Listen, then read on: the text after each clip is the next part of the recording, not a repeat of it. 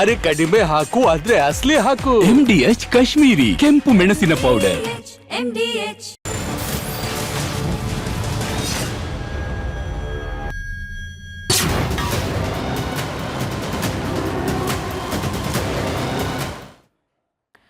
ನಮಸ್ಕಾರ, ನೀವು ನೋಡ್ತಾ ಇದ್ದೀರಾ ರಿಪಬ್ಲಿಕ್ ಕನ್ನಡ. ನಾನು ಅಶ್ವಿನಿ ದೇವಾಡಿಗ. ಮುಂದಿನ ಸುದ್ದಿಗಳನ್ನ ಕೊಡೋದಕ್ಕೆ ಜಾಯ್ನ್ ಆಗಿದ್ದಾರೆ Ranjith Shiriyar. Over to you Ranjith. Thank you Ashwini. ರಾಜ್ಯ ರಾಜಕಾರಣದಲ್ಲಿ ಸಿಎಂ ಕುರ್ಚಿ ಕಾಳಗದ ಜಟಾಪಟಿ ನಡೀತಾನೆ ಇದೆ. ಸಿದ್ದರಾಮಯ್ಯ ಮತ್ತು DK ಶಿವಕುಮಾರ್ ಇವರಲ್ಲಿ ಈಗ ಕುರ್ಚಿ ಕಾಳಗ ಈ ಹೊತ್ತಿಗೆ ಹೈಕಮಾಂಡ್ ಅಂಗಳಕ್ಕೆ ತಲುಪಿದೆ. ರಾಜ್ಯದ ಕಾಂಗ್ರೆಸ್ ಪಾಳೆಯದ ಕುರ್ಚಿ ಕಾಳಗದ ಈ ಎಲ್ಲ ಗೊಂದಲಗಳು ಹೈಕಮಾಂಡ್ ಮಧ್ಯಪ್ರವೇಶದ ಮೂಲಕ ಇದು ಇಲ್ಲಿಗೆ ಶಮನ ಆಗುತ್ತಾ? ರಾಹುಲ್ ಗಾಂಧಿ ಅಂಗಳಕ್ಕೆ ಈಗ ಕುರ್ಚಿ ಚೆಂಡು ತಲುಪಿದೆ. ಬ್ರೇಕ್ಫಾಸ್ಟ್ ಮೀಟಿಂಗ್, ಡಿನ್ನರ್ ಪಾಲಿಟಿಕ್ಸ್ ಬಳಿಕ ದೆಹಲಿ ಯಾತ್ರೆಯನ್ನ ಸಿದ್ದರಾಮಯ್ಯ DK ಶಿವಕುಮಾರ್ ಮಾಡ್ತಾ ಇದ್ದಾರೆ. ಇಬ್ರು DK ಶಿವಕುಮಾರ್ ಸಿದ್ದರಾಮಯ್ಯ ಇಬ್ರು ಡೆಲ್ಲಿ ಟೂರ್ ಹೊರಟಿದ್ದಾರೆ. ಇಂದು ದೆಹಲಿಯಲ್ಲಿ ಕಾಂಗ್ರೆಸ್ ವೋಟ್ ಚೋರಿ ಅಭಿಯಾನದಲ್ಲಿ ಭಾಗಿಯಾಗ್ತಾರೆ. ರಾಮ್ಲೀಲಾ ಮೈದಾನದಲ್ಲಿ ನಡೆಯಲಿರುವ ಬೃಹತ್ ಧರಣಿಯಲ್ಲಿ ಸಿಎಂ ಹಾಗೆ DCM ಇವರಿಬ್ರು ಭಾಗಿಯಾಗ್ತಾರೆ. ಅದೇ ಸಮಯದಲ್ಲಿ ಸೋನಿಯಾ ಗಾಂಧಿ ಹಾಗೆ ರಾಹುಲ್ ಗಾಂಧಿ, ಮಲ್ಲಿಕಾರ್ಜುನ ಖರ್ಗೆ ಇವರನ್ನೆಲ್ಲ ಭೇಟಿ ಆಗ್ತಾರೆ. ಆ ಮೂಲಕ ರಾಜ್ಯದಲ್ಲಿ ಈಗ ಇರುವಂತ ಕುರ್ಚಿ ಕಾಳಗಕ್ಕೆ ಒಂದು ತಾರ್ಕಿಕ ಅಂತ್ಯ ಸಿಗಬಹುದು ಅಂತೇಳಿ ಎಲ್ಲರೂ ಅಂದುಕೊಂಡಿದ್ದಾರೆ.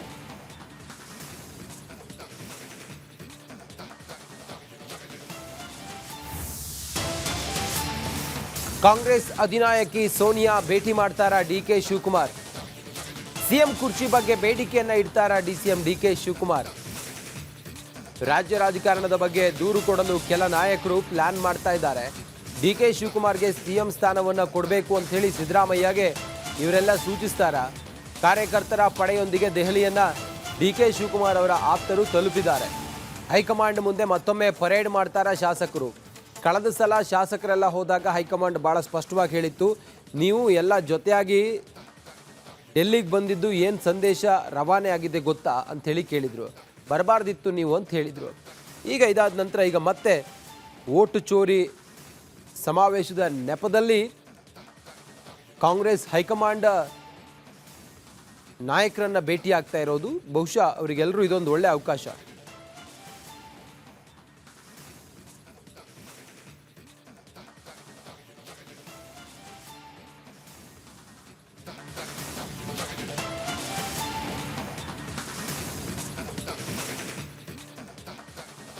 ಸದನ ಕದನ ಒಂದು ಕಡೆಯಲ್ಲಿ, ಬೆಳಗಾವಿಯಲ್ಲಿ ಚುಮು ಚಳಿಯಲ್ಲೂ ಕೂಡ ಬಿಸಿ ಬಿಸಿ ವಾತಾವರಣವನ್ನು ನಿರ್ಮಾಣ ಮಾಡ್ತಾ ಇದ್ರೆ, ಕುರ್ಚಿ ಕಾಳಗದ ಜಟಾಪಟಿಯೂ ಕೂಡ ಜೋರಾಗಿದೆ. ಹೈಕಮಾಂಡ್ ಮಧ್ಯಪ್ರವೇಶ ಮಾಡಿ ಒಂದು ತಾರ್ಕಿಕ ಅಂತ್ಯ ಕಾಣಬಹುದು ಅಂಥೇಳಿ ಎಲ್ಲರೂ ಅಂದ್ಕೊಂಡಿದ್ದಾರೆ.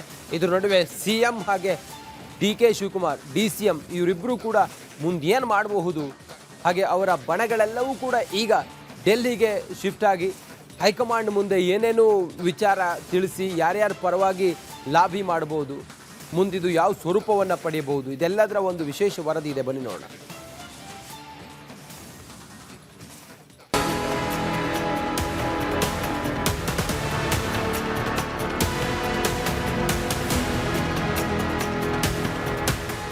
ಇಷ್ಟು ದಿನ ರಾಜ್ಯದಲ್ಲಿ ದಗದಗಿಸ್ತಾ ಇದ್ದ ಸಿಎಂ ಕುರ್ಚಿ ಕಾಳಗ ಈಗ ರಾಷ್ಟ್ರ ರಾಜಧಾನಿಗೆ ಶಿಫ್ಟ್ ಆಗಿದೆ. ಸಿಎಂ ಸಿದ್ದರಾಮಯ್ಯ ಬಣ, DCM DK ಶಿವಕುಮಾರ್ ಬಣದ ನಾಯಕರು ದೆಹಲಿಗೆ ತೆರಳಿದ್ದಾರೆ. ಬ್ರೇಕ್ಫಾಸ್ಟ್ ಮಾಡಿ ಅಹಿಂದ ಅಸ್ತ್ರ ಹೂಡಿದವರು, ಡಿನ್ನರ್ ಮೀಟಿಂಗ್ ಮಾಡಿ ನಂಬರ್ ಗೇಮ್ ವ್ಯೂಹ ರಚಿಸಿದವರು ದೆಹಲಿಯಲ್ಲಿ ಬೀಡು ಬಿಟ್ಟಿದ್ದಾರೆ. ಪವರ್ ಫೈಟ್ಗೆ ಈಗ ಮತ್ತಷ್ಟು ರಂಗೇರಿದೆ. ಪವರ್ ಫೈಟ್ ಮತ್ತೆ ಸಿಎಂ DCM ದೆಹಲಿ ಪರೇಡ್. ಕುರ್ಚಿ ಕಾಳಗಕ್ಕೆ ಮದ್ದರಿಯುತ್ತಾ ಹೈಕಮಾಂಡ್. ಇಂದು ವೋಟ್ ಚೋರಿ ವಿರುದ್ಧ ಕಾಂಗ್ರೆಸ್ ಭಾರಿ ಪ್ರತಿಭಟನೆ ನಡೆಸಲಿದೆ. ದೆಹಲಿಯ ರಾಮಲೀಲಾ ಮೈದಾನದಲ್ಲಿ ಕಾಂಗ್ರೆಸ್ ಬೃಹತ್ ಸಮಾವೇಶ ಹಮ್ಮಿಕೊಂಡಿದೆ. ಈ ಸಮಾವೇಶದಲ್ಲಿ ಭಾಗಿಯಾಗಲು 20ಕ್ಕೂ ಹೆಚ್ಚು ಸಚಿವರು, 100ಕ್ಕೂ ಹೆಚ್ಚು ಶಾಸಕರು ದೆಹಲಿಗೆ ತೆರಳಿದ್ದಾರೆ. ಈಗಾಗಲೇ DCM DK ಶಿವಕುಮಾರ್ ದೆಹಲಿ ತಲುಪಿದ್ದು, ಕೆಲವೇ ಕ್ಷಣಗಳಲ್ಲಿ ಸಿಎಂ ಸಿದ್ದರಾಮಯ್ಯ ರಾಷ್ಟ್ರ ರಾಜಧಾನಿಗೆ ಹಾರಲಿದ್ದಾರೆ.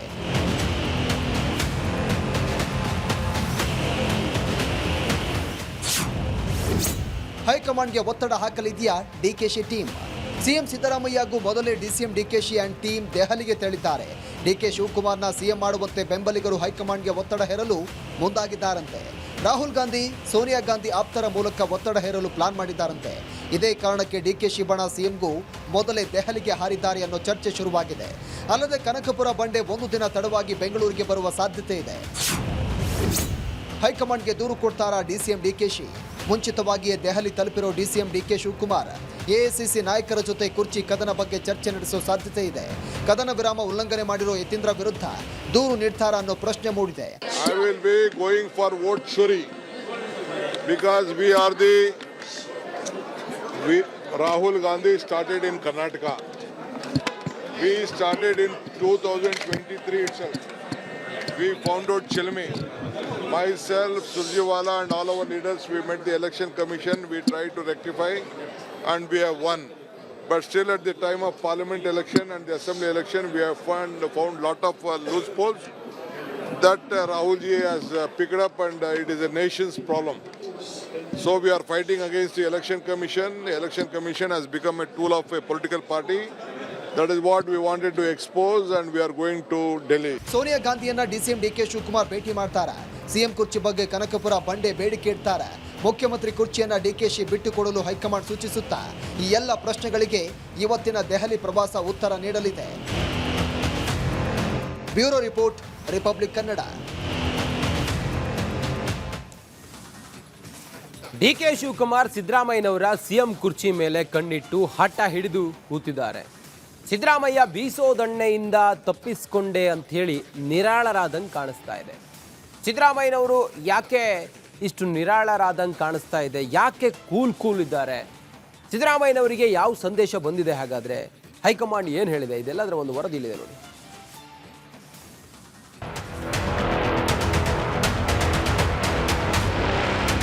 ಕಾಂಗ್ರೆಸ್ನಲ್ಲಿನ ಸಿಎಂ ಕುರ್ಚಿ ಕಾಳಗದ ಕಿಚ್ಚು ದೆಹಲಿಗೆ ಹಬ್ಬಿದೆ. CM Siddaramaiah, DCM DK Shivakumar ನಡುವಿನ ಪವರ್ ಶೇರಿಂಗ್ ಫೈಟ್ ರಾಷ್ಟ್ರ ರಾಜಧಾನಿಗೆ ಶಿಫ್ಟ್ ಆಗಿದೆ.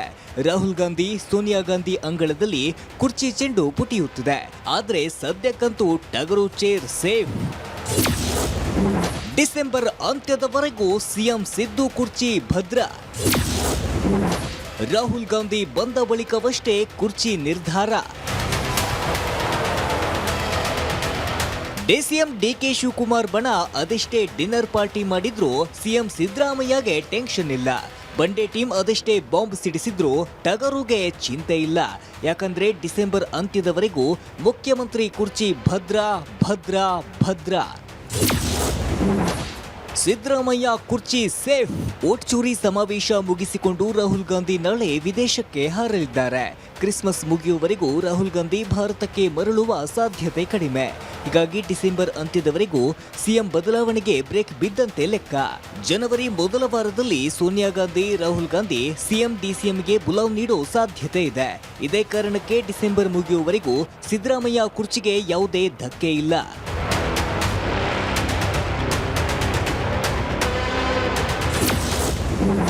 ಮುಖ್ಯಮಂತ್ರಿ Siddaramaiah cool. Power fight, breakfast meeting, Delhi parade ನಡುವೆಯೂ CM Siddaramaiah and team Bengaluru ವಾತಾವರಣದಂತೆ ಫುಲ್ ಕೂಲ್ ಆಗಿದ್ದಾರೆ. ಇದಕ್ಕೆ ಕಾರಣ ಹೈಕಮಾಂಡ್ ಅಭಯ. ಮುಂದಿನ ಬಜೆಟ್ ಮಂಡಿಸುವವರೆಗೂ ಹೈಕಮಾಂಡ್ ಅಧಿಕಾರ ಹಸ್ತಾಂತರ ಮಾಡಲ್ಲ ಅಂತ ಸಿಎಂ ಸಿದ್ದರಾಮಯ್ಯ ಟೀಮ್ ತುಂಬಾ ಕಾನ್ಫಿಡೆನ್ಸ್ನಲ್ಲಿದೆ. ದೆಹಲಿ ಅಂಗಳದಲ್ಲಿ ಟಗರುಗೆ ರಾಹುಲ್ ಗಾಂಧಿ, ವೇಣುಗೋಪಾಲ್ ಅಭಯ ಇದೆಯಂತೆ. ಇವತ್ತಿನ ದೆಹಲಿ ಪ್ರವಾಸ ಬರೀ ವೋಟ್ ಚೋರಿ ವಿರುದ್ಧ ಪ್ರತಿಭಟನೆಗಷ್ಟೇ ಸೀಮಿತ. ನಾಯಕತ್ವ ಬದಲಾವಣೆ ಮಾತುಕತೆ ಅಸಾಧ್ಯ ಅಂತ ಹೇಳಲಾಗ್ತಿದೆ. ಇದೇ ಕಾರಣಕ್ಕೆ ಸಿಎಂ ಅಂಡ್ ಟೀಮ್ ಫುಲ್ ಕಾನ್ಫಿಡೆನ್ಸ್ನಲ್ಲಿ ದೆಹಲಿಗೆ ತೆರಳಿದ್ಯಂತೆ. Political bureau, republic Kannada. ಹೆಚ್ಚಿನ ಮಾಹಿತಿಯೊಂದಿಗೆ ನಮ್ಮ ಪ್ರತಿನಿಧಿ ಬಸವರಾಜ್ ಚರಂತಿಮಠ ನೇರ ಸಂಪರ್ಕದಲ್ಲಿದ್ದಾರೆ. ಬಸವರಾಜು, ಈಗ ದೆಹಲಿಗೆ ಕಾಂಗ್ರೆಸ್ ನಾಯಕರು ಪರೇಡ್ ಮಾಡಿದ್ದಾರೆ. ಯಾರ್ಯಾರೀಗ ದೆಹಲಿ ತಲುಪಿಯಾಗಿದೆ? ಒಂದು ಕಡೆಯಲ್ಲಿ ಅಲ್ಲಿ ವೋಟ್ ಚೋರಿ ವಿಚಾರ ಚರ್ಚೆ ಇದ್ದರೂ ಕೂಡ ರಾಜ್ಯ ರಾಜಕಾರಣ ಎಷ್ಟು ಹೀಟ್ ಆಗ್ಬೋದು ದೆಹಲಿಯಲ್ಲಿ ಒಂದು. ಮತ್ತೊಂದು ಕಡೆಯಲ್ಲಿ ಸಿದ್ದರಾಮಯ್ಯನವರು ಫುಲ್ಲು ನಿರಾಳರಾಗಿದ್ದಾರಂತೆ. ಯಾಕೆ? ಯಾವ ಸಂದೇಶ ಹೈಕಮಾಂಡ್ನಿಂದ ಅವರಿಗೆ ಬಂದಿದೆ? ಸದ್ಯ ಏನಿದೆ ಇದೆಲ್ಲ ವಿವರ ಬಸವರಾಜ್?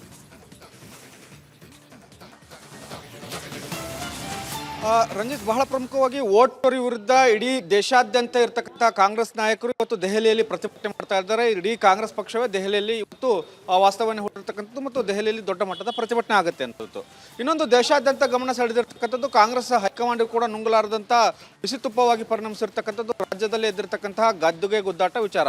ಕಾಂಗ್ರೆಸ್ ಹೈಕಮಾಂಡ್ ಗಮನಕ್ಕೂ ಕೂಡ ಇದೆಲ್ಲವೂ ಕೂಡ ಸಂಪೂರ್ಣ ಮಾಹಿತಿ ಇದೆ. ಈಗಾಗಲೇ ಡಿ ಕೆ ಶಿವಕುಮಾರ್ ಅವರು ದೆಹಲಿಯಲ್ಲಿ ಬೀಡು ಬಿಟ್ಟಿರ್ತಕ್ಕಂಥದ್ದು ಮತ್ತು ಈಗಾಗಲೇ CM ಸಿದ್ದರಾಮಯ್ಯ ಕೂಡ ದೆಹಲಿ ಹತ್ತ ಹೊರಟಿದ್ದಾರೆ.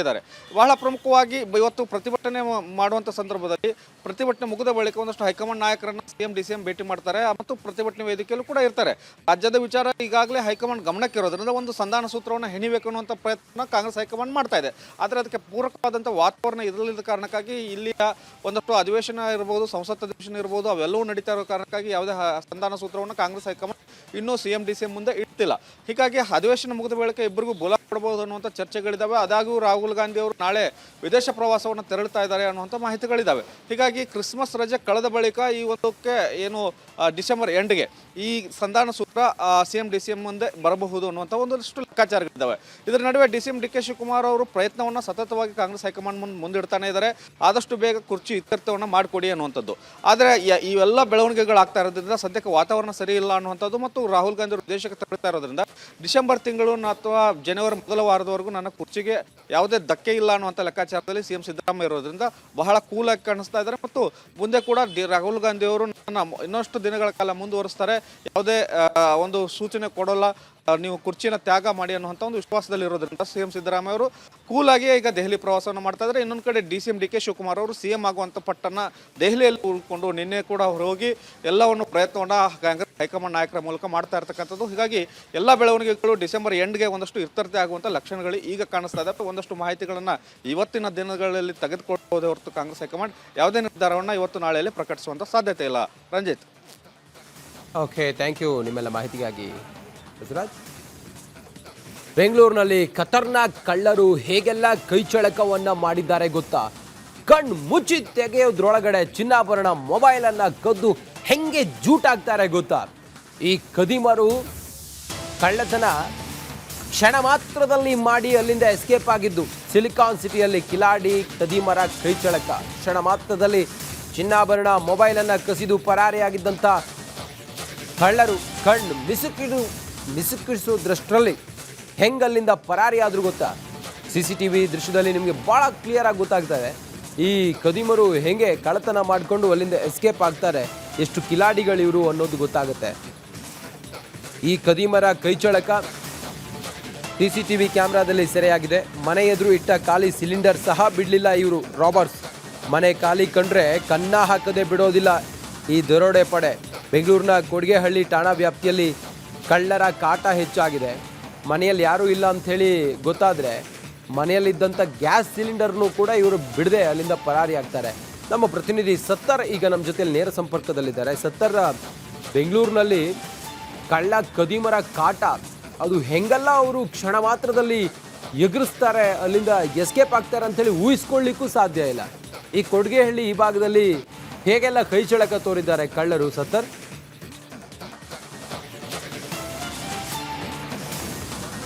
ರಂಜಿತ್, ಕೊಡಿಗಹಳ್ಳಿ ಪೊಲೀಸ್ ಠಾಣಾ ವ್ಯಾಪ್ತಿಯ ಸಹಕಾರ ನಗರದಲ್ಲಿ ಈ ಒಂದು ಘಟನೆ ನಡೆದಿರುವಂತದ್ದು. ಜನರು ಯಾವ ಪರಿ ಭಯಭೀತರಾಗಿದ್ದಾರೆ ಅಂದ್ರೆ ಮನೆಯಿಂದ ಹೊರಗಡೆ ಕಾಲಿಡೋಕೆ ಯೋಚನೆ ಮಾಡುವಂತಹ ಪರಿಸ್ಥಿತಿ ಇದೆ.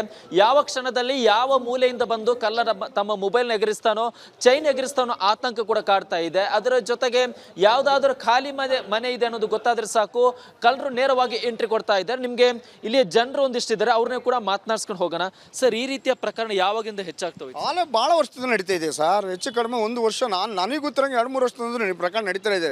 ನೈಟ್ ಮೇಯ್ನ್ ಇಲ್ಲಿ ಕರೆಕ್ಟಾಗಿ ಸರ್ಚ್ ಮಾಡ್ತಾ ಇರ್ತಾರೆ ಅವರು, ಯಾವ ಮನೇಲಿ ಇರ್ತಾರೆ, ಹೊರಗಡೆ ಔಟ್ಸೈಡ್ ಯಾವಾಗ ಹೋಗ್ತಾರೆ ಬರ್ತಾರೆ ಅಂತ ಅದನ್ನು ಸರ್ಚ್ ಮಾಡ್ಕೊಂಬಿಟ್ಟು ಪ್ಲಾನ್ ಮಾಡ್ಕೊಂಬಿಟ್ಟು ಅವರು ಕಳ್ತನ ಮಾಡ್ತಾರೆ. ಅದೊಂದು ಮೇಯ್ನ್. ಆಮೇಲೆ ಇಲ್ಲಿ ಲೇಡೀಸ್ಗಳೆಲ್ಲ ಓಡಾಡ್ತಾ ಇರ್ತಾರೆ, ಭಾಳ ಭಯದಿಂದ ಓಡಾಡ್ತಾರೆ. ಪಾರ್ಕಲ್ಲೆಲ್ಲ ವಾಕಿಂಗ್ ಹೋಗ್ತಾ ಇರ್ತಾರೆ. ವಾಕಿಂಗ್ ಹೋಗ್ಬೇಕಾದ್ರೆ ಏನ್ಬಿಡುತ್ತೆ, ಅವ್ರು ಕುತ್ಕೇಲಿ ಚೈನ್ ನೋಡ್ತಾರೆ, ಪಟ್ ಅಂತ ಕಿತ್ಕೊಂಡ್ಬಿಟ್ಟು ಎಸ್ಕೇಪ್ ಆಗಿ ಹೋಗ್ಬಿಡ್ತಾರೆ. ಅವ್ರು ಹಿಡಿಯೋಕ್ಕಾಗಲ್ಲ, ಭಾಳ ಕಷ್ಟ ಆಗುತ್ತೆ.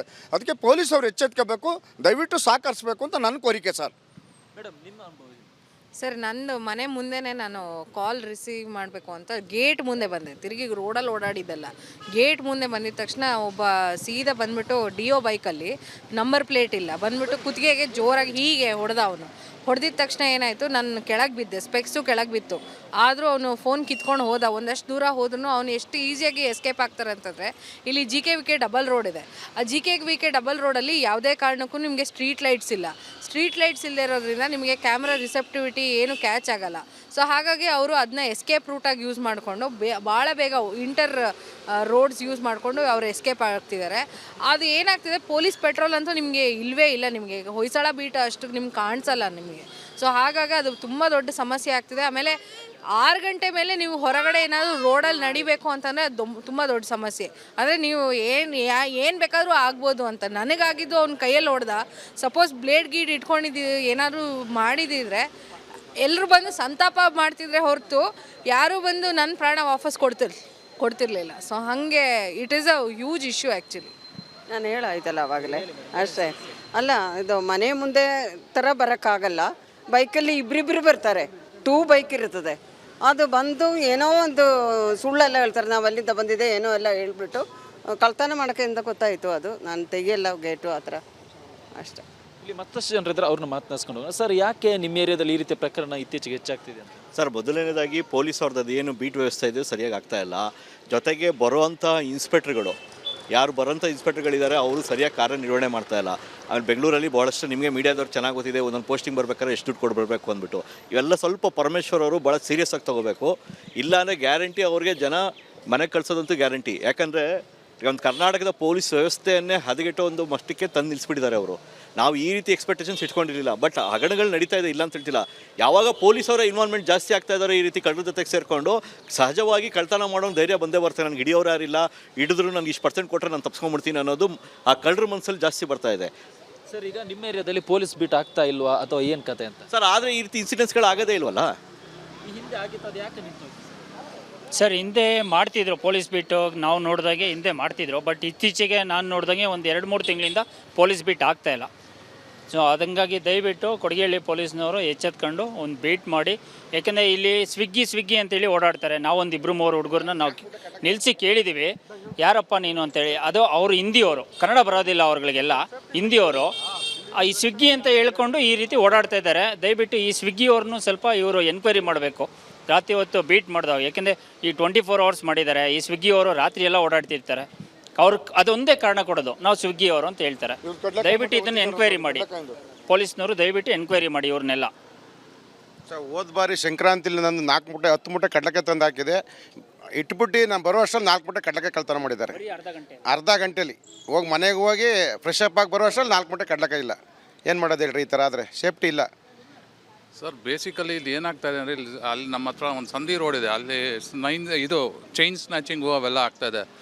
ಅದು ಏನು ಅಂತ ಗೊತ್ತಾಗ್ತಾ ಇಲ್ಲ. ಇಷ್ಟು ದೊಡ್ಡ ಏರಿಯಾ, ಇಲ್ಲಿ ಇಷ್ಟೊಂದು ಸೆಕ್ಯೂರಿಟಿ ಇದೆ ಅಂತಾರೆ. ಇಲ್ಲೊಂದು ಔಟ್ ಪೋಸ್ಟ್ ಇತ್ತು, ಅದನ್ನು ಕ್ಲೋಸ್ ಮಾಡಿದ್ರು, ಎಲ್ಲ ಮಾಡಿದ್ರು. ಅದಂತೂ ತುಂಬ ಸೇಫ್ಟಿ ಅನ್ನೋದು ಒಂದು ಸ್ವಲ್ಪ ನೋಡಬೇಕಾಗಿದೆ ಇಲ್ಲಿ ಈ ಏರಿಯಾನಲ್ಲಿ. ಆ್ಯಂಡ್ ಇಲ್ಲಿರೋ MLA ಏನು ಪ್ರಯೋಜನ ಇಲ್ಲ. ಮಾತಾಡೋಕ್ಕೆ ಹೋದರೆ ದುಡ್ಡು ಇದು ಆ್ಯರೋಗೆಂಟಾಗಿ ಮಾತಾಡ್ತಾರೆ. ಸೊ ದಿಸ್ ಇಸ್ ಟು ಬ್ಯಾಡ್. ಅದನ್ನು ಸ್ವಲ್ಪ ನೋಡ್ಬೇಕು ಸೇಫ್ಟಿ ಆಸ್ಪೆಕ್ಟ್ ಇಲ್ಲಿ.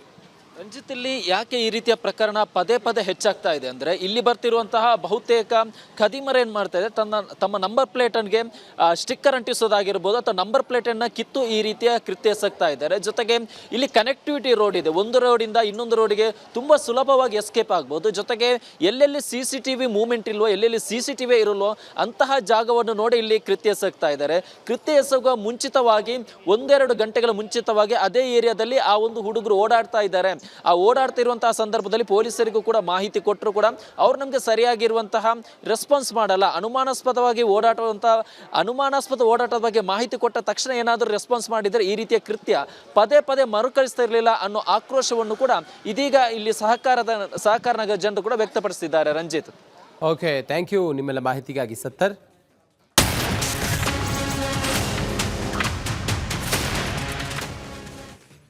ಬೆಂಗಳೂರಿನ ಹೊಂಡಾ ಗುಂಡಿಗೆ ಮೋಕ್ಷ ಮಾತ್ರ ಸಿಕ್ಕೇ ಇಲ್ಲ. ಬಗೆಹರಿಯದ ಸಮಸ್ಯೆ ಆಗಿದೆ ಹೊಂಡಾ ಗುಂಡಿ ಸಮಸ್ಯೆ. ಪ್ರತಿನಿತ್ಯವೂ ಕೂಡ ಜನ ಸಾವು ನೋವು ಪಡೋದು ಸಾಮಾನ್ಯ ಆಗಿಬಿಟ್ಟಿದೆ ಬೆಂಗಳೂರಿನಲ್ಲಿ ಹೊಂಡಾ ಗುಂಡಿಯಿಂದಾಗಿ. ಪ್ರತಿದಿನ ರಿಪಬ್ಲಿಕ್ ಕನ್ನಡ ಈ ವಿಚಾರವನ್ನು ಪ್ರಸ್ತಾಪ ಮಾಡ್ತಾನೇ ಇದೆ. DK ಶಿವಕುಮಾರ್ ಮತ್ತು ಸಿದ್ದರಾಮಯ್ಯ ಕುರ್ಚಿ ಕಾದಾಟದಲ್ಲಿ ಬ್ಯುಸಿಯಾಗಿದ್ದಾರೆ. ಗ್ರೇಟರ್ ಗುಂಡಿಯೂರಾಯಿತು ರಾಜಧಾನಿ ಬೆಂಗಳೂರಿನ ರಸ್ತೆಗಳು ಗುಂಡಿಮಯವಾಗಿದೆ. ಸವಾರರು ಸರ್ಕಸ್ ಮಾಡ್ತಾ ಇದ್ದಾರೆ. ಪವರ್ ಪಾಲಿಟಿಕ್ಸ್ ಬಿಟ್ಟು ಜನರ ಪರದಾಟವನ್ನು ನೋಡಿ ಸ್ವಾಮಿ.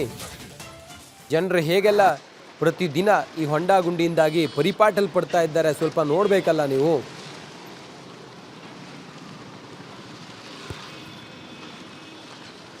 ಬೆಂಗಳೂರಿನಲ್ಲಿ ಈಗಲೂ ಕೂಡ ರಸ್ತೆ ಗುಂಡಿಗಳಿಂದ ವಾಹನ ಸವಾರರು ನಿತ್ಯ ಪರದಾಟವನ್ನು ನಡೆಸ್ತಾ ಇದ್ದಾರೆ. ರಸ್ತೆ ಗುಂಡಿ ಇಲ್ಲ ಅಂತ ಸರ್ಕಾರ ಎಷ್ಟು ಹೇಳಿದ್ರು ಕೂಡ ರಸ್ತೆ ಗುಂಡಿಗಳು ಅಲ್ಲಲ್ಲಿ ರಾರಾಜಿಸ್ತಾನೆ ಇದೆ.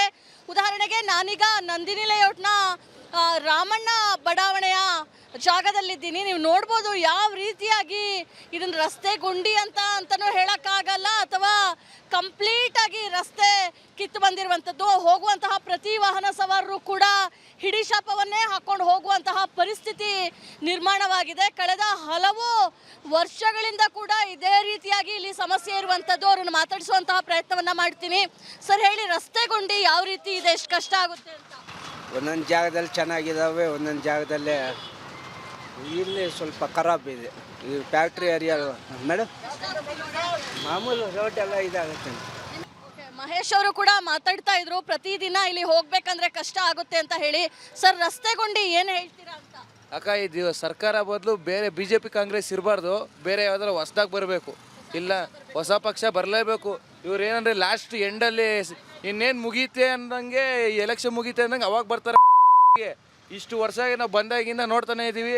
ಆ ಕೃಷ್ಣಾನಗರ ಇವಾಗ ರೀಸೆಂಟಾಗಿ ರೆಡಿ ಮಾಡವ್ರೆ. ಇದು ರೋಡ್ ಸ್ವಲ್ಪ ಇಲ್ಲಿ ಹಿಂದೆ ಸುರನ ಹತ್ರ ಸ್ವಲ್ಪ ಹಾಕವ್ರೆ, ಇಲ್ಲಿ ಹಾಕಿಲ್ಲ. ಇದು ಕಾಂಗ್ರೆಸ್ಸು BJP ಇದು ಬರೋ ಬದಲು ಬೇರೆ ದಾರ ಬಂದರೆ ನಮ್ಗೆ ಇನ್ನೂ ಒಳ್ಳೇದಾಗುತ್ತೆ. ಅದು ಕುರ್ಚಿ, ಅದು ತೆಗಿಯೋ ಕುರ್ಚಿ ಹಿಡಿಯೋರು ಎತ್ಬಿಟ್ಟು ಇಲ್ಲಿ ರೋಡಲ್ಲಿ ಇಕ್ಬೇಕು. ಒಂದು 2 ದಿವಸ ಬಂದು ಓಡಾಡ್ಬೇಕು ಇಲ್ಲಿ. ಇದು CM ಅವ್ರು ಬಂದಿದ ತಕ್ಷಣ ಇಡೀ ರೋಡೇ ಖಾಲಿ ಮಾಡಿಸ್ಬಿಡ್ತಾರೆ, ಏನೋ ದೊಡ್ಡ ಇವ್ರು ಬಂದಂಗೆ. ಅದ್ರ ಬದಲು ಜನಕ್ಕೆ ಮೊದಲು ಇದು ಸರಿ ಮಾಡಿ ತಾನಾಗೆ ಎಲ್ಲ ಬರ್ತಾರೆ, ಓಟೆಲ್ಲ ಹಾಕ್ತಾರೆ. ಮೊದಲು ಜನಗಳಿಗೆ ಏನು ಮಾಡೋಕ್ಕಾಗಲ್ಲ, ಯಾರು ಕೊಡ್ತಾರೋ ಅವ್ರಿಗೆ ಹಾಕ್ತಾರೆ. ಅದ್ರ ಬದಲು ಸ್ವಲ್ಪ ಯೋಚನೆ ಮಾಡಿ ಹಾಕಬೇಕು. ನಮ್ಮ ಹೆಸರು ದರ್ಶನ್ ಅಂತ, ಆಟೋ ಡ್ರೈವರ್ ಅಕ್ಕ. ಆಲ್ಮೋಸ್ಟು ಈ ಕೃಷ್ಣಾನಗರ ಹತ್ರ ಸ್ವಲ್ಪ ಅದೇ ಆಗಿದ್ದು, ಏನೋ ರೆಡಿ ಮಾಡಿದ್ರು. ಈ ರೋಡ್ ನೋಡ್ತಾ ಇದ್ದೀರಾ, ಇದು ಇನ್ನೂ ಹಿಂಗೆ ಇದೆ. ಫಸ್ಟ್ ಇನ್ನೊಂದು ನ್ಯೂಸ್ ಬಂದಿತ್ತು ಯಾವುದೋ, ಬಟ್ ಅದು ತೋರಿಸೋರು. ಇಲ್ಲಿ ನೋಡಿದ್ರೆ ಪರಿಸ್ಥಿತಿ. ಆಟೋ ಡ್ರೈವರ್ಸ್ನ ಯಾಕೆ ಮಾತಾಡಿಸ್ತಾ ಇದ್ದೀನಿ ಅಂದರೆ, ಪ್ರತಿನಿತ್ಯ ಅವರೇ ಓಡಾಡುವಂಥವ್ರು, ಅವರಿಗೆ ಇಲ್ಲಿರುವಂತಹ ಕಷ್ಟ ಗೊತ್ತಿರುತ್ತೆ. ಸರ್ ಹೇಳಿ, ರಸ್ತೆ ಗುಂಡಿ ಸರ್ಕಾರ ಎಲ್ಲೋ ಬ್ಯುಸಿ ಆಗಿದೆ, ನಾನು CM ಆಗಬೇಕು, ನಾನು CM ಆಗಬೇಕು, ಸೀಟ್ಗೋಸ್ಕರ ಕಿತ್ತಾಡ್ದವ್ರು ಅಷ್ಟೇ. ಇಲ್ಲಿ ಕೆಲ್ಸಗಳೇ ಆಯ್ತಾ ಇಲ್ಲ. ಒಂದು ನಮ್ಮ ಗಾಡಿ ರಿಪೇರಿ ಬಂದರೆ 15-20 ಸಾವಿರ ಖರ್ಚಾಗುತ್ತೆ. ಯಾರು ಕೊಡೋರು ಹೇಳಿ? ಬಿಸ್ನೆಸ್ ಬೇರೆ ಇಲ್ಲ, ಆ 2 ವೀಲರ್ಗಳೆಲ್ಲ ಬಿಟ್ಬಿಟ್ಟಿದ್ದಾರೆ. ನಾವು ಹಿಂಗೆ ಸಾಯ್ಬೇಕಲ್ಲ ಅಷ್ಟೇ. ಸೊ ಕುಮಾರ್ ಅವರು ಕೂಡ ಹೇಳ್ತಾ ಇದ್ರು, ಸರ್ಕಾರ ಎಲ್ಲೋ ಒಂದು ಕಡೆ ಕುರ್ಚಿ ಕಿತ್ತಾಟದಲ್ಲಿ ಬ್ಯುಸಿ ಆಗಿದೆ. ಬ್ರೇಕ್ಫಾಸ್ಟ್ ಮೀಟಿಂಗ್ ಅಂತ ಮೇಲಿಂದ ಮೇಲೆ ಮಾಡ್ತಾ ಇದೆ. ಆದರೆ ಕಳೆದ ಹಲವು ವರ್ಷಗಳಿಂದ ರಸ್ತೆಯ ಪರಿಸ್ಥಿತಿ ಹೀಗೆ ಇರುವಂಥದ್ದು. ರಸ್ತೆಯ ಸ್ಥಿತಿಯನ್ನು ನೀವು ನೋಡ್ಬೋದು. ರಸ್ತೆ ಗುಂಡಿ, ರಸ್ತೆ ಸರಿ ಇಲ್ಲದ ಪರಿಣಾಮವಾಗಿ ಕಂಪ್ಲೀಟಾಗಿ ಕಿತ್ತು ಬಂದಂತಹ ಹಿನ್ನೆಲೆಯಲ್ಲಿ ಧೂಳಿನ ಸಮಸ್ಯೆ ಕೂಡ ಜಾಸ್ತಿ ಆಗಿದೆ. ಒಟ್ಟಿನಲ್ಲಿ ರಾಜಧಾನಿ ಬೆಂಗಳೂರಿನಲ್ಲಿ ರಸ್ತೆ ಗುಂಡಿಗಳ ವಿಚಾರದಲ್ಲಿ ಸರ್ಕಾರ ಈಗಲೂ ಕೂಡ ಯಾವುದೇ ಕ್ರಮವನ್ನು ಕೈಗೊಳ್ಳದೇ ಇರುವಂಥದ್ದು ಸ್ಪಷ್ಟವಾಗಿ ಗೊತ್ತಾಗ್ತಾ ಇದೆ. ಕ್ಯಾಮ್ರಾ ಪರ್ಸನ್ ಮಂಜುನಾಥ್ ಪಾವಗಡ ಜೊತೆ ದೀಪ್ತಿ ತೋಳ್ಪಡಿ, ರಿಪಬ್ಲಿಕ್ ಕನ್ನಡ, ಬೆಂಗಳೂರು. ಪೀಣ್ಯದ ಇಂಡಸ್ಟ್ರಿಯಲ್ ಏರಿಯಾದಲ್ಲೂ ಕೂಡ ಪ್ರತಿದಿನ ಸಾವಿರಾರು ವಾಹನಗಳು ಓಡಾಡ್ತವೆ. ಪ್ರತಿದಿನ ಮಧ್ಯಮ ವರ್ಗದ ಜನ ತಾವು ಕಾರ್ಖಾನೆಗಳಿಗೆ ಕೆಲಸಕ್ಕೆ ಹೋಗೋರೆಲ್ಲರೂ ಕೂಡ ಪ್ರತಿದಿನ ಅದೇ ಮಾರ್ಗವಾಗಿ ಓಡಾಡ್ತಾರೆ. ಅವರ ಜೀವಕ್ಕೆ ಈಗ ಗ್ಯಾರಂಟಿಯೇ ಇಲ್ಲ ಅನ್ನೋ ರೀತಿಯಲ್ಲಿ ಆಗಿದೆ ಇಂಥ ರಸ್ತೆಯಿಂದಾಗಿ. ಪೀಣ್ಯ ಇಂಡಸ್ಟ್ರಿಯಲ್ ಏರಿಯಾದಲ್ಲೂ ಕೂಡ ಹದಗೆಟ್ಟು ಹೋಗಿದೆ ರಸ್ತೆ. ಉತ್ತಮ ರಸ್ತೆಯ ಗ್ಯಾರಂಟಿ ಕೊಡಿ ಅಂಥೇಳಿ ಜನ ಪ್ರಶ್ನೆ ಮಾಡ್ತಾ ಇದ್ದಾರೆ. ಫ್ರೀ ಬಸ್, ಗೃಹಲಕ್ಷ್ಮಿ ಹಣಕ್ಕಿಂತ ಒಳ್ಳೆಯ ರಸ್ತೆ ಮಾಡಿಸಿ ಜೀವ ಉಳಿಯುತ್ತೆ. ರಿಪಬ್ಲಿಕ್ ಕನ್ನಡದ ರಿಯಾಲಿಟಿ ಚೆಕ್ ವೇಳೆ ಜನ ಆಕ್ರೋಶ ಹೊರ ಹಾಕ್ತಾ ಇದ್ದಾರೆ. ಎಲ್ಲೆಲ್ಲಿ ಸಾವಿರ ದುಡ್ಡು ಹಾಕಿ ಹೆಂಗಸ್ರಿಗೆ ಈ ಥರ ಆಗ್ಬಿಟ್ಟೈತೆ ರೋಡು ಎಲ್ಲ. ಇಂಥ ಸರ್ಕಾರ, ಈ ಕೆಟ್ಟ ಸರ್ಕಾರ ಯಾವತ್ತೂ ಬಂದಿರಲಿಲ್ಲ. ಕಾಂಗ್ರೆಸ್ ಬಂದರೆ ಬರಗಾಲ, ಮದ್ಗೆ ಇದು ಇಡೀ ಕರ್ನಾಟಕಕ್ಕೆ ಬರಗಾಲ. ಇಂಥ ಹೊಲ್ದ ಸರ್ಕಾರ ಬೇಕಿಲ್ಲ, ತೆಗೆದಾಕ್ಬಿಡ್ಬೇಕು ಈ ಸರ್ಕಾರನ. ಗ್ಯಾರಂಟಿ ಹಣ ಕೊಡೋ ಬದಲು ನೋಡು ಎಲ್ಲ ಹೆಂಗಾಗ್ಬಿಟ್ಟೈತೆ ಸರ್ಕಾರ. ರೋಡು ಗುಂಡಿ, ಒಂದೊಳ್ಳೆ ಒಂದು ರೋಡ್ ಸರಿ ಇಲ್ಲ. ಎಲ್ಲ ಅಧ್ವಾನ ಮಾಡಿಕ್ಕೆ ಅವ್ರ ಜೋಬು ತುಂಬ್ಕೊಂಬವ್ರು ಅಷ್ಟೇ. ಅವ್ರನ್ನ ಹೆಂಗಸ್ರಿಗೆ ದುಡ್ಡು ಹಾಕ್ತಿಲ್ಲ ಇವರು. ಅಲ್ಲಿ 5 ತಿಂಗಳಾಯ್ತು ದುಡ್ಡು ಹಾಕಿ ಅವ್ರಿಗೆ, ಅದು ಬತ್ತಾ ಇಲ್ಲ. ಇಲ್ಲಿ ಇವ್ರ ಜೋಬು ಎಲ್ಲ ತುಂಬಿಸ್ಕೊಂಬಾರ. ಇವ್ರ ಫ್ಯಾಕ್ಟ್ರಿಗಳು ಫ್ರೀ ಬಸ್ಸು ಎಲ್ಲ ಪ್ರೈಸ್ನೆಲ್ಲ ಏನಕ್ಕೆ ಬಿಡಬೇಕು? ಅಪ್ಸೇಲ್ಗೂ ಫ್ರೀನೇ, ಬಡವ್ರಿಗೂ ಫ್ರೀನೇ. ಅಪ್ಸೇಲ್ಗೆ ಯಾಕೆ ಫ್ರೀ ಬಿಡಬೇಕು? ಎಲ್ಲ ಅಧ್ವಾನ ಅಲ್ವಾ? ಎಲ್ಲ ಮಾಡಿರೋದೆಲ್ಲ ಸರಿ ಇಲ್ವಾ? ಎಷ್ಟು ಬೀಳ್ತಾರೆ, ಎಲ್ಲ ಬಿದ್ದು ಸಾಯ್ತಾರೆ. ಎಲ್ಲ ಬೆಂಗಳೂರು ಹಳ್ಳಿಗಳಿಗೆಲ್ಲ ಅಧ್ವಾನ ಆಗಿ ಈ ಥರ ಆಗೈತೆ. ರಾಜಧಾನಿ ಬೆಂಗಳೂರಿನಲ್ಲಿ ರಸ್ತೆ ಗುಂಡಿಗೆ ಇನ್ನೂ ಕೂಡ ಮುಕ್ತಿ ಸಿಕ್ಕಿಲ್ಲ. ನಾವಿವಾಗ ಪೀಣ್ಯ ಇಂಡಸ್ಟ್ರಿಯಲ್ ಏರಿಯಾದಲ್ಲಿದ್ದೀವಿ. ಇಲ್ಲೂ ಕೂಡ ನೀವು ನೋಡ್ಬೋದು ಹೇಗೆ ರಸ್ತೆ ಗುಂಡಿಗಳು, ರಸ್ತೆನೇ ಇಲ್ಲ, ಅದರಲ್ಲಿ ಹಾಕಿರುವಂತಹ ಮಣ್ಣು ರಸ್ತೆಯಲ್ಲಿ ಗುಂಡಿಗಳ ಸಾಮ್ರಾಜ್ಯ. ಈ ರಸ್ತೆಯಲ್ಲಿ ಓಡಾಡಬೇಕು ಅಂತ ಹೇಳಿದ್ರೆ ಸ್ವಲ್ಪ ಪೇಷನ್ಸ್ ತುಂಬಾ ಇಂಪಾರ್ಟೆಂಟ್ ಆಗುತ್ತೆ. ತಾಳ್ಮೆಯಿಂದ ನಮಗೆ ಆರಾಮಾಗಿ ಟೈಮ್ ಇದೆ, ಆಫೀಸಿಗೆ ಹೋಗೋಕ್ಕೆ, ಮನೆಗೆ ಹೋಗೋಕ್ಕೆ, ಅಂಗಡಿಗೆ ಹೋಗೋಕ್ಕೆ ಅನ್ನೋರು ಮಾತ್ರ ಈ ರಸ್ತೆಯನ್ನು ಬಳಸ್ಬೋದು. ಯಾಕಂದರೆ ಅಷ್ಟು ಕಷ್ಟಪಟ್ಟು ಈ ರಸ್ತೆಯಲ್ಲಿ ಓಡಾಡಬೇಕು. ದ್ವಿಚಕ್ರ ವಾಹನದಿಂದ ಹಿಡಿದು, ಆಟೋದಿಂದ ಹಿಡಿದು, ಕಾರ್ಗಳಿಂದ ಹಿಡಿದು, ಲಾರಿಗಳಿಂದ ಹಿಡಿದು ಈ ರೀತಿಯ ಹಲವು ವಾಹನಗಳು ಪ್ರತಿನಿತ್ಯ ಇಲ್ಲಿ ಸಂಚಾರವನ್ನು ಮಾಡುತ್ತೆ. ಯಾಕಂದರೆ ಇದು ಇಂಡಸ್ಟ್ರಿಯಲ್ ಏರಿಯಾ, ಕೋಟ್ಯಾಂತರ ರೂಪಾಯಿ ಟರ್ನ್ ಓವರ್ನ ಕೊಡುವಂತಹ ಒಂದು ಪ್ರದೇಶ. ಜೊತೆಗೆ ಪೀಣ್ಯ ಇಂಡಸ್ಟ್ರಿಯಲ್ ಏರಿಯಾ ಅಸೋಸಿಯೇಷನ್ ಅವರು ಕೂಡ ಸರ್ಕಾರಕ್ಕೆ ಹಲವು ವರ್ಷಗಳಿಂದ ಮನವಿಯನ್ನು ಮಾಡಿಕೊಂಡೇ ಬರ್ತಾ ಇದ್ದಾರೆ. ನಮಗೆ ರಸ್ತೆ ಗುಂಡಿಗಳಿಂದ ಬಿಸ್ನೆಸ್ ಡಲ್ ಆಗಿದೆ, ಹೀಗಾಗಿ ದಯಮಾಡಿ ಪ್ರತ್ಯೇಕವಾದಂತಹ ಟೌನ್ಶಿಪ್ಪನ್ನು ಕೊಟ್ಬಿಡಿ ಅಂತ ಹೇಳಿ. ಆದರೆ ಸರ್ಕಾರ ನಾಳೆ ನಾಡಿದ್ದು ಅಂತ ಹೇಳಿ ವರ್ಷಗಳಿಂದ ತಳ್ಕೊಂಡು ಬರ್ತಾನೆ ಇದೆ. ಯಾವ ರೀತಿಯಾಗಿ ರಸ್ತೆ ಗುಂಡಿಗಳಿದೆ ಅಂತ ನೀವು ನೋಡ್ಬೋದು. ರಸ್ತೆ ಗುಂಡಿಗಳಲ್ಲಿ ಹೋಗಬೇಕು ಅಂತ ಹೇಳಿದ್ರೆ ಹರಸಾಹಸ ಪಡುವಂತಹ ಪರಿಸ್ಥಿತಿ. ರಸ್ತೆ ಗುಂಡಿಗಳನ್ನ ಮಧ್ಯದಲ್ಲಿ ಎಷ್ಟೋ ವಾಹನ ಸವಾರರು ಬಿದ್ದು ಕೈಕಾಲು ಮುರ್ಕೊಂಡಿರುವಂತಹ ಘಟನೆಗಳು ಕೂಡ ಇದೆ. ಹಲವು ವರ್ಷಗಳಿಂದ ಇದೇ ರೀತಿಯಾದಂತಹ ಪರಿಸ್ಥಿತಿ. ರಿಪಬ್ಲಿಕ್ ಕನ್ನಡ ಕೂಡ ಹಲವು ಬಾರಿ ಈ ಒಂದು ರಸ್ತೆಗೆ ಬಂದು ರಿಪೋರ್ಟಿಂಗನ್ನು ಮಾಡ್ತಾನೆ ಇದೆ. ಆದರೆ ಇಲ್ಲಿರುವಂತಹ ಶಾಸಕರು, ಮುಖ್ಯವಾಗಿ ಸರ್ಕಾರ ಇದ್ರ ಬಗ್ಗೆ ಗಮನನೇ ವಹಿಸೋದಿಲ್ಲ. ಮಳೆ ಬಂದರೆ ಹೇಳೋದಕ್ಕೆ ಆಗಲ್ಲ. ಪುಣ್ಯಕ್ಕೆ ಇದು ಚಳಿಗಾಲ, ಹಾಗಾಗಿ ಮಳೆಯ ಸುದ್ದಿ ಇಲ್ಲ. ಮಳೆಗಾಲದಲ್ಲಂತೂ ಇಲ್ಲಿರುವಂತಹ ಸಮಸ್ಯೆಯನ್ನು, ತೊಂದರೆಯನ್ನು ಹೇಳೋದಕ್ಕೆ ಆಗೋದಿಲ್ಲ. ಜನ ಕೂಡ ರಸ್ತೆ ಗುಂಡಿ ಬಗ್ಗೆ ಮಾತಾಡಿ ಅಂತ ಹೇಳಿದ್ರೆ ಅಯ್ಯೋ ಎಷ್ಟು ಮಾತಾಡಿದ್ರು ಅಷ್ಟೇ ಅನ್ನೋ ರೀತಿಯಲ್ಲಿ ಅವರು ಕೂಡ ರೋಸ್ ಹೋಗಿದ್ದಾರೆ. ಒಟ್ಟಿನಲ್ಲಿ ರಾಜ್ಯ ಸರ್ಕಾರದಿಂದ ಬೆಂಗಳೂರನ್ನ ಬ್ರ್ಯಾಂಡ್ ಬೆಂಗಳೂರು ಮಾಡ್ತೀವಿ ಅಂತ ಏನು ಕನಸನ್ನ ಹೊತ್ತಿದೆ, ಆದರೆ ಬ್ರ್ಯಾಂಡ್ ಆದಂತಹ ರಸ್ತೆಯನ್ನು ಕೊಡುವಲ್ಲಿ ಸರ್ಕಾರಕ್ಕೆ ಈಗಲೂ ಕೂಡ ಆಗ್ತಾ ಇಲ್ಲ. ಕ್ಯಾಮ್ರಾ ಪರ್ಸನ್ ಮಂಜುನಾಥ್ ಪಾವಗಡ ಜೊತೆ ದೀಪ್ತಿ ತೋಳ್ಪಾಡಿ, ರಿಪಬ್ಲಿಕ್ ಕನ್ನಡ, ಬೆಂಗಳೂರು. ನಮಸ್ಕಾರ, ನೀವು ನೋಡ್ತಾ ಇದ್ದೀರಾ ರಿಪಬ್ಲಿಕ್ ಕನ್ನಡ. ನಾನು ಅಶ್ವಿನಿ ದೇವಾಡಿಗ.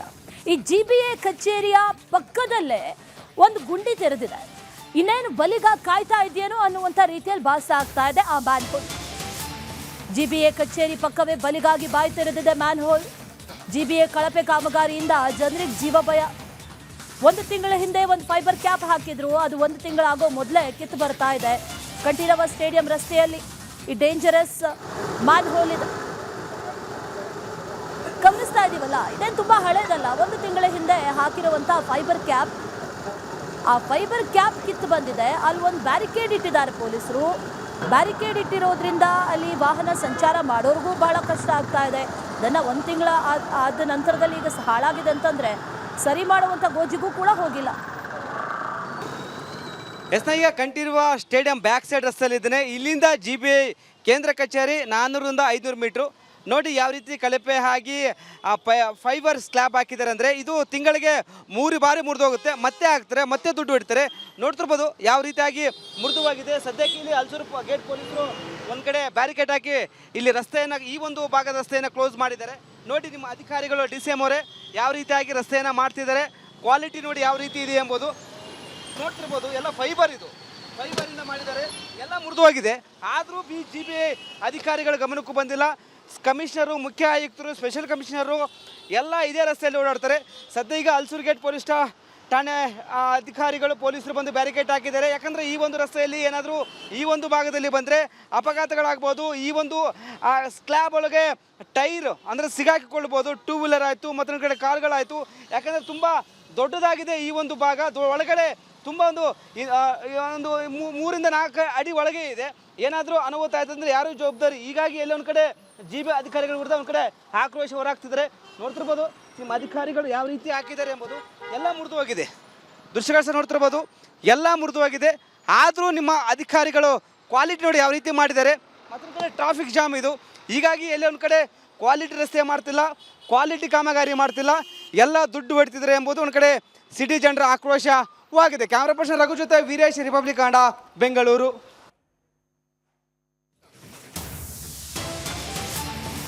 ಆಗಸದಲ್ಲೇ ಆರೋಗ್ಯ ತುರ್ತು ಪರಿಸ್ಥಿತಿಯನ್ನ ನಿಭಾಯಿಸಿದ್ದಾರೆ ಮಾಜಿ ಶಾಸಕಿ. ವಿಮಾನದಲ್ಲಿ ವಿದೇಶಿ ಯುವತಿಗೆ ವೈದ್ಯಕೀಯ ನೆರವಿನ ಹಸ್ತವನ್ನ ನೀಡಿದ್ದಾರೆ. ವಿಮಾನದಲ್ಲಿ ವಿದೇಶಿ ಯುವತಿ ಪ್ರಜ್ಞೆ ತಪ್ಪಿ ಬಿದ್ರು. ಆ ಸಂದರ್ಭದಲ್ಲಿ ವೈದ್ಯಕೀಯ ನೆರವನ್ನ ನೀಡಿದ್ದಾರೆ. ವೃತ್ತಿಯಲ್ಲಿ ವೈದ್ಯರು ಅಂಜಲಿ ನಿಂಬಾಳ್ಕರ್, ಮಾಜಿ ಶಾಸಕರು. ಅಗತ್ಯ ಸಂದರ್ಭದಲ್ಲಿ CPR ನೀಡಿದ್ದಾರೆ. ಪ್ರಜ್ಞೆ ತಪ್ಪಿದಂಥ ಯುವತಿಗೆ ಆಗಸದಲ್ಲೇ ಫಸ್ಟ್ ಏಡ್ ಎಷ್ಟು ಇಂಪಾರ್ಟೆಂಟ್ ಅನ್ನುವಂಥದ್ದು ಎಲ್ಲರಿಗೂ ಗೊತ್ತಿರುವಂಥ ವಿಚಾರ. CPR ಕೊಟ್ಟಿದ್ದಾರೆ ಫಸ್ಟು, ಆ ನಂತರದಲ್ಲಿ ಪೈಲಟ್ ಜೊತೆ ಚರ್ಚೆ ಮಾಡಿದ್ರು. ಯಾವಾಗ ಲ್ಯಾಂಡ್ ಆಯಿತು ವಿಮಾನ, ಲ್ಯಾಂಡ್ ಆದಾಗ ಆ ನಂತರದಲ್ಲಿ ಆಂಬ್ಯುಲೆನ್ಸ್ ವ್ಯವಸ್ಥೆಯನ್ನು ಕೂಡ ಮಾಡಿದ್ದಾರೆ. ಆಕೆಗೆ ಚಿಕಿತ್ಸೆಯನ್ನು ಕೂಡ ಈಗ ನೀಡಲಾಗಿದೆ.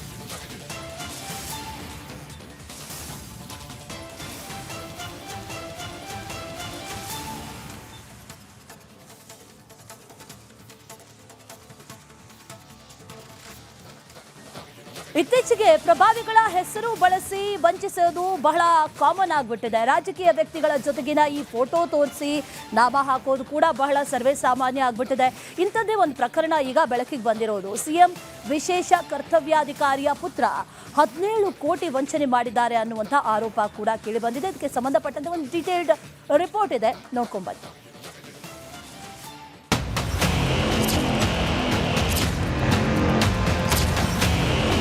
ಇದು ಅಂತಿಂತ ವಂಚನೆ ಅಲ್ಲ, ಬರೋಬ್ಬರಿ 17.5 ಕೋಟಿ ರೂಪಾಯಿಯ ವಂಚನೆ ಪ್ರಕರಣ. ಅಂದ ಹಾಗೆ ಈ ಪ್ರಕರಣದಲ್ಲಿ ಕೇಳಿ ಬಂದಿರೋದು ಅಂತಿಂತವರ ಹೆಸರಲ್ಲ, CM ಸಿದ್ದರಾಮಯ್ಯರ ವಿಶೇಷ ಕರ್ತವ್ಯಾಧಿಕಾರಿ ಪುತ್ರನ ಹೆಸರು. ರಾಜಕೀಯ ಪ್ರಭಾವ ಬಳಸಿ ನಡೀತಾ ವಂಚನೆ. CM ವಿಶೇಷ ಕರ್ತವ್ಯಾಧಿಕಾರಿ ಪುತ್ರನ ವಿರುದ್ಧ FIR. 17.5 ಕೋಟಿ ರೂಪಾಯಿ ವಂಚನೆ ಕೇಸ್ನಲ್ಲಿ CM ಸಿದ್ದರಾಮಯ್ಯರ ವಿಶೇಷ ಕರ್ತವ್ಯ ಅಧಿಕಾರಿ ಪುತ್ರನ ಹೆಸರು ಕೇಳಿಬಂದಿದೆ. CM OSD ವೆಂಕಟೇಶಯ್ಯ ಪುತ್ರ ರಜತ್ ವೆಂಕಟೇಶ್ ವಿರುದ್ಧ ಬನಶಂಕರಿ ಪೊಲೀಸ್ ಠಾಣೆಯಲ್ಲಿ FIR ದಾಖಲಾಗಿದೆ. CM OSD ಪುತ್ರನ ವಿರುದ್ಧ FIR.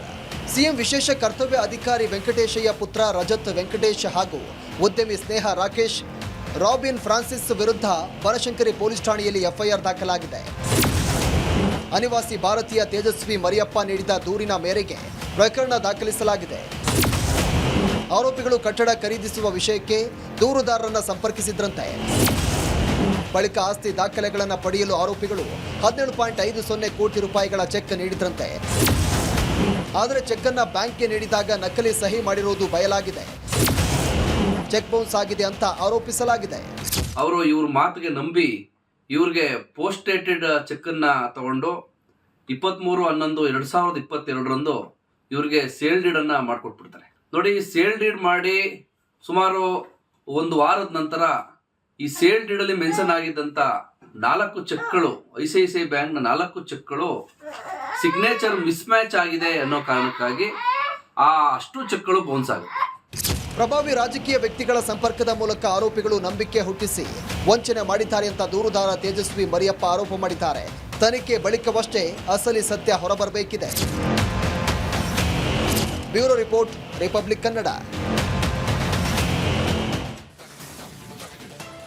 OSD ವೆಂಕಟೇಶ್ ಪುತ್ರನ ಮೇಲೆ ಈಗ FIR ದಾಖಲಾಗಿದೆ. 17.5 ಕೋಟಿಯ ಚೆಕ್ ಬೌನ್ಸ್ ಕೇಸ್ ಕೂಡ ದಾಖಲಾಗಿರೋದು. ದೋಖಾ ಮಾಡಿದ್ರ ಅನ್ನುವಂಥ ಪ್ರಶ್ನೆ ಈಗ ಕೇಳಿ ಬರ್ತಾ ಇದೆ. CM ಹೆಸರನ್ನ ಬಳಸ್ಕೊಂಡು, ಪ್ರಭಾವವನ್ನ ಬಳಸ್ಕೊಂಡು ಇಂಥದ್ದೊಂದು ದೋಖಾ ನಡೀತಾ ಅನ್ನುವಂಥ ಪ್ರಶ್ನೆಯೂ ಕೂಡ ಈಗ ಕಾಡ್ತಾ ಇರೋದು. ಅದಕ್ಕೆ ಸಂಬಂಧಪಟ್ಟಂತೆ ತನಿಖೆಗಳು ಕೂಡ ಆಗೋದಕ್ಕೆ ಈಗ ಆರಂಭ ಆಗಿದೆ. ಸದ್ಯಕ್ಕಂತೂ FIR ದಾಖಲಾಗಿದೆ. FIR ದಾಖಲಾದ ನಂತರದಲ್ಲಿ ಈಗ ಪೊಲೀಸರು ಕೂಡ ಕೇಸನ್ನು ದಾಖಲಿಸಿಕೊಂಡಿದ್ದಾರೆ. ಚೆಕ್ ಬೌನ್ಸ್ ಕೇಸನ್ನು ದಾಖಲಿಸಿಕೊಂಡು ಈಗ ತನಿಖೆಯನ್ನು ಕೂಡ ನಡೆಸ್ತಾ ಇದ್ದಾರೆ. ರಜತ್ ವಿರುದ್ಧ FIR ದಾಖಲಾಗಿರೋದು. ಈತ CM ವಿಶೇಷ ಕರ್ತವ್ಯಾಧಿಕಾರಿಯ ಪುತ್ರ. ಈತ CM ಹೆಸರನ್ನ ಬಳಸ್ಕೊಂಡು ಈ ರೀತಿಯಾಗಿ ಮಾಡಿದ್ರ ಅನ್ನುವಂಥ ಪ್ರಶ್ನೆಯೂ ಕೂಡ ಈಗ ಕಾಡ್ತಾ ಇದೆ. ಕೋಟಿ ಮೌಲ್ಯದ ಆಸ್ತಿ ಕಬಳಿಕೆಗೆ ಏನಾದರೂ ಮಸಲತ್ತು ಮಾಡಿದ್ರ ಅನ್ನುವಂಥ ಪ್ರಶ್ನೆ ಕೂಡ ಕಾಡ್ತಾ ಇದೆ.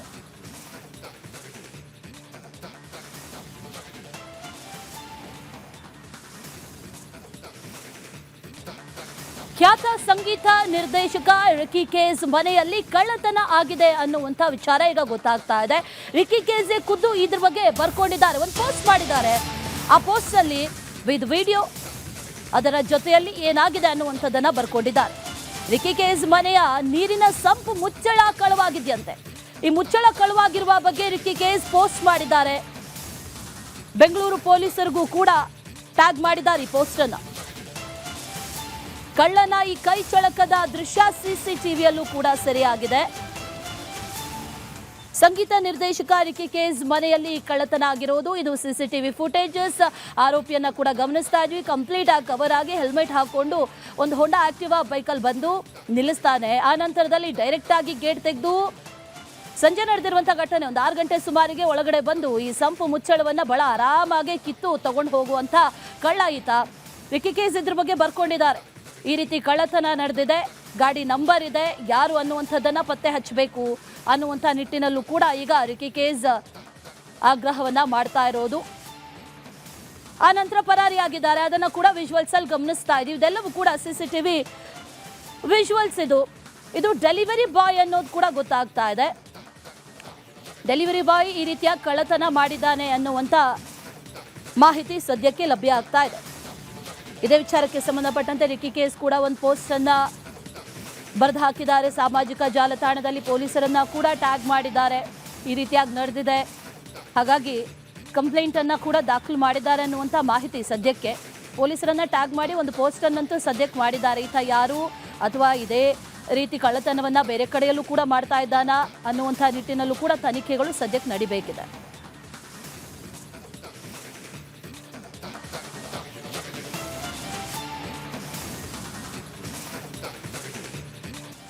Welcome back. ಇನ್ನೇನು ಹೊಸ ವರ್ಷ ಬಂದೇ ಬಿಡ್ತು. ಈ ಹೊಸ ವರ್ಷ ಬರ್ತಾ ಇರುವಂತಹ ಸಂದರ್ಭದಲ್ಲಿ ಪೊಲೀಸರು ಒಂದು ಕಡೆಯಲ್ಲಿ ಭದ್ರತೆ ವಿಚಾರದಕ್ಕೆ ಸಂಬಂಧಪಟ್ಟಂತೆ ಸಾಕಷ್ಟು ಮುತುವರ್ಜಿಯನ್ನು ವಹಿಸ್ತಾ ಇದ್ದಾರೆ. ಅದರ ಜೊತೆಯಲ್ಲಿ ಈ ಹೊಸ ವರ್ಷ ಸಂಭ್ರಮಾಚರಣೆಯಲ್ಲಿ ಯಾವುದೇ ರೀತಿಯ ಮಾದಕ ವಸ್ತುಗಳ ಬಳಕೆ ಆಗಬಾರ್ದು ಅನ್ನುವಂತಹ ನಿಟ್ಟಿನಲ್ಲೂ ಕೂಡ ಒಂದಷ್ಟು ಕ್ರಮ ಕೈಗೊಳ್ಳಲಾಗ್ತಾ ಇದೆ. ಬೆಂಗಳೂರಿನ ಎಲ್ಲಾ ಕಡೆಗಳಲ್ಲೂ ಕೂಡ ಈಗ ಶೋಧ ಮಾಡ್ತಿದ್ದೇವೆ ಅಂತ ಹೇಳಿದ್ದಾರೆ ಉತ್ತರ ವಿಭಾಗದ ಡಿಸಿಪಿ BS ನೇಮಗೌಡ. ಹೇಳಿಕೆಯನ್ನ ಕೊಟ್ಟಿದ್ದಾರೆ. ಆಯುಕ್ತರ ಆದೇಶದಂತೆ ಪರಿಶೀಲನೆಯನ್ನ ಮಾಡಲಾಗ್ತಾ ಇದೆ. ಮಾದಕ ವಸ್ತುಗಳ ಸಾಗಾಟದ ಬಗ್ಗೆಯೂ ಕೂಡ ಶೋಧ ಕಾರ್ಯವನ್ನ ಮಾಡಲಾಗ್ತಾ ಇದೆ ಅಂತ ಹೇಳಿದ್ದಾರೆ. ಇದೇ ವಿಚಾರಕ್ಕೆ ಸಂಬಂಧಪಟ್ಟಂತೆ ಡೀಟೇಲ್ಸ್ ಅನ್ನ ಕೊಡ್ತಾರೆ ನಮ್ಮ ಪ್ರತಿನಿಧಿ ಅಭಿಷೇಕ್. ನೇರ ಸಂಪರ್ಕದಲ್ಲಿ ಜಾಯಿನ್ ಆಗ್ತಾ ಇದ್ದಾರೆ. ಅಭಿಷೇಕ್, ಇನ್ನೇನು ಹೊಸ ವರ್ಷ ಬಂದೇ ಬಿಡ್ತು. ಹೊಸ ವರ್ಷ ಅಂತಂದ್ರೆ ಪಾರ್ಟಿ ಇಂಥದ್ದೆಲ್ಲ ನಡೀತಾ ಇರುತ್ತೆ. ಆದರೆ ಬೆಂಗಳೂರಲ್ಲಿ ಅಹಿತಕರ ಘಟನೆಗಳು ಇದೇ ಮೊದಲಿಂದೇನಲ್ಲ, ಆ ಥರ ನಡಿಬಾರ್ದು ಅನ್ನುವಂಥ ನಿಟ್ಟಿನಲ್ಲಿ ಪೊಲೀಸರ ಕ್ರಮ ಏನು, ಈ ಬಾರಿ ಯಾವ ರೀತಿ ಇರುತ್ತೆ ಕಟ್ಟುನಿಟ್ಟಿನ ಕ್ರಮಗಳು, ಡೀಟೇಲ್ಸ್ ಅನ್ನ ಕೊಡೋದಾದ್ರೆ?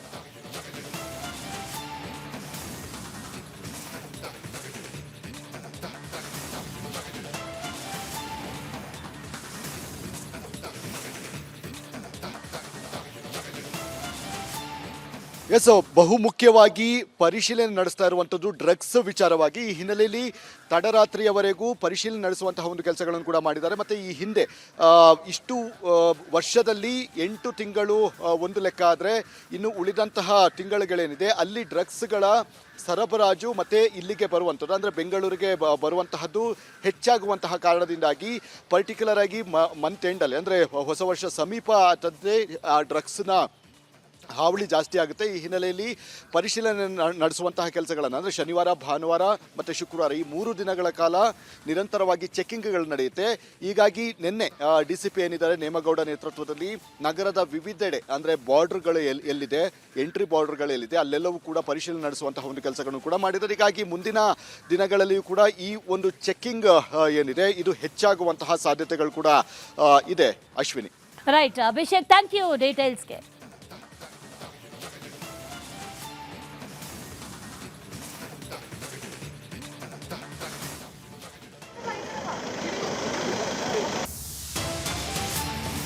ವೆಂಕಟಸ್ವಾಮಿ ದೇವಸ್ಥಾನದಲ್ಲಿ ಹುಂಡಿ ಕದಿಯೋದಕ್ಕೆ ಬಂದಂತವನು ಲಾಕ್ ಆಗಿದ್ದಾನೆ. ಬೆಂಗಳೂರಿನ ಬೆಳಂದೂರು ವೆಂಕಟಸ್ವಾಮಿ ದೇವಸ್ಥಾನದಲ್ಲಿ ನಡೆದಿರುವಂತಹ ಘಟನೆ ಇದು. ಮಠ ಮಧ್ಯಾಹ್ನ ಕಳ್ಳ ಒಳಗೆ ಬಂದಿದ್ದಾನೆ. ದೇವಸ್ಥಾನದ ಒಳಗೆ ಬಂದವನು ವಿದಿನ್ ಫ್ಯೂ ಸೆಕೆಂಡ್ಸ್ ಲಾಕ್ ಆಗಿದ್ದಾನೆ. ಆತನನ್ನ ಸ್ಥಳೀಯರು ಕಟ್ಟಿ ಹಾಕಿ ಆನಂತರ ಪೊಲೀಸರಿಗೂ ಒಪ್ಪಿಸಿದ್ದಾರೆ.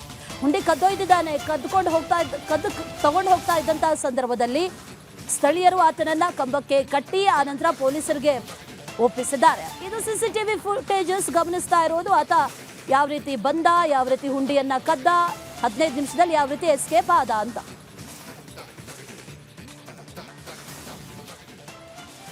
ಇದರ ಕೆಂಪು ಬಣ್ಣ ಅದ್ಭುತ, ಖಾರ ಕಡಿಮೆ ಆದ್ರೂ ರುಚಿಕರ. MDH ಕಾಶ್ಮೀರಿ.